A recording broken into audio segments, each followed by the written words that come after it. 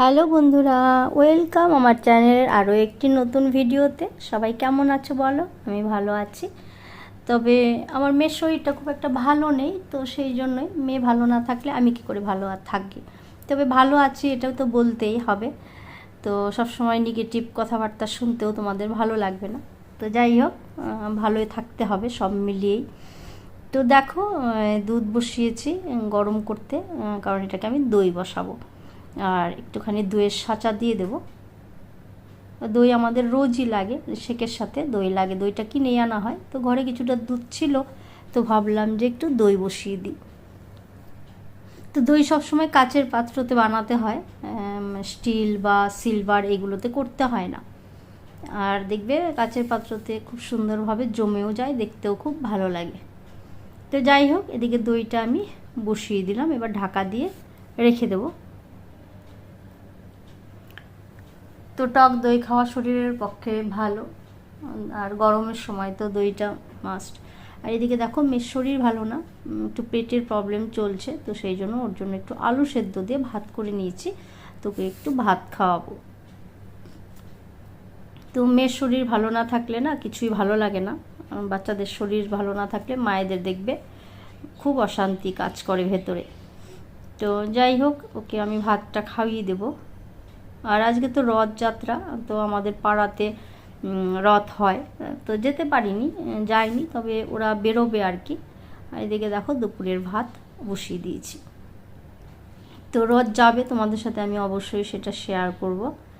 তো ভাতও মোটামুটি হয়ে গেছে, আর এদিকে দেখো রান্না কমপ্লিট, রান্নাটাও আমার হয়ে গেছে। তো খাওয়া দাওয়া করে নেব। আমাদের এখানে বেশ কয়েকটা জায়গায় রথ বড় করে হয়, আমার সেরকম যাওয়া হয়নি, তবে একটা বছর গঙ্গার ধারে গেছিলাম। প্রচণ্ড ভিড়, জানো তো, ওই ভিড়ের মধ্যে ঢুকলে না মনে হয় যে কতক্ষণে বেরোবো। তো তারপরে আর যাইনি। তো আরও অনেক জায়গাতেই মানে বড় করে বেশ রথ হয় আর কি। তো একবারই গেছিলাম, আর যাওয়া হয় না। আর পাড়াতে যেটা আছে ওটা ওই বেরোয় আর কি, ওটাই দেখি, ওটাই ভালো লাগে আর কি। তো দেখো, এই ছিল দুপুরবেলার আজকের খাওয়া দাওয়া। তো তোমাদের দাদা ভাইও আছে, তো একবারে বসে খেয়ে নেবো। আর মেয়ের জন্য তো আলাদা ওই জিওল মাছ এনেছে, ওটা দিয়ে আলাদা ওর রান্না, হালকা করে ঝোল রান্না হয়েছে। তো চলো খাওয়া দাওয়া করে নিই। তো ছোটোবেলার রথের কথা খুব মনে পড়ে গেল। তো ছোটোবেলা আমরা এই রথের মেলার জন্য মানে খুবই আনন্দ হয়ে থাকতাম যে কবে রথের মেলা আসবে।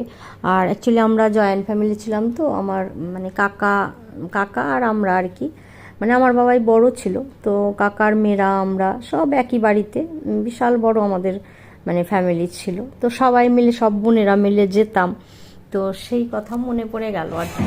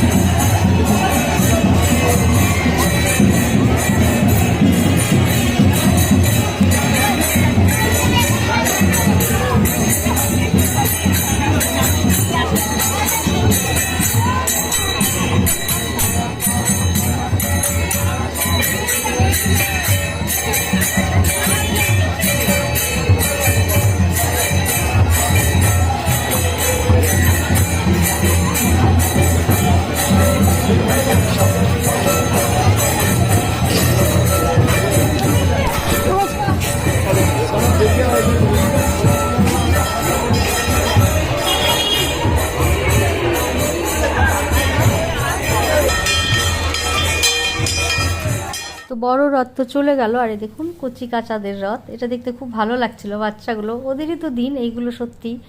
মানে আমার মেয়েও যখন ছোট ছিল তখন ওই পাড়ায় আরও কয়েকজন, ওরাও এরকম ছোট ছোট রথ নিয়ে বেরোতো।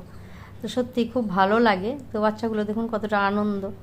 আর একে চিনতে পারছেন, এই পুচকিটা যার অন্নপ্রাশনে গেছিলাম, দেখুন কতটা বড় হয়ে গেছে আর দুষ্টু হয়ে গেছে, আমার ভাইজির মেয়ে। তো খুবই দুষ্টু হয়েছে। ওর নাম হচ্ছে আহি। রেনি কই? রেনি রেনি রেনি কই?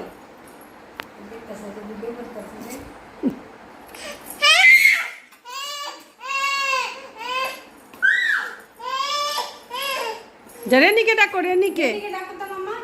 রেনিকে ডেকে নিয়ে আসো। Renee, Renee.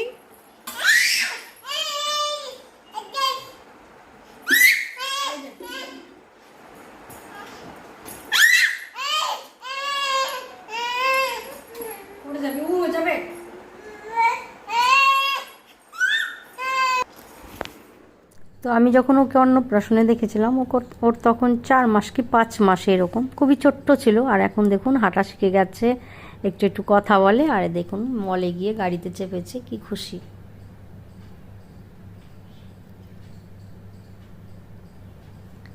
তো যাই হোক, আজকের ভিডিওটা কেমন লাগলো অবশ্যই কমেন্ট করে জানাবেন, আর ভালো লাগলে লাইক করে শেয়ার করে আমার চ্যানেলের পাশে থাকবেন।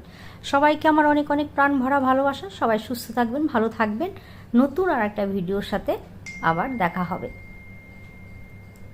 ভালো থাকবেন, সুস্থ থাকবেন। আজ এখানেই শেষ করছি। টাটা।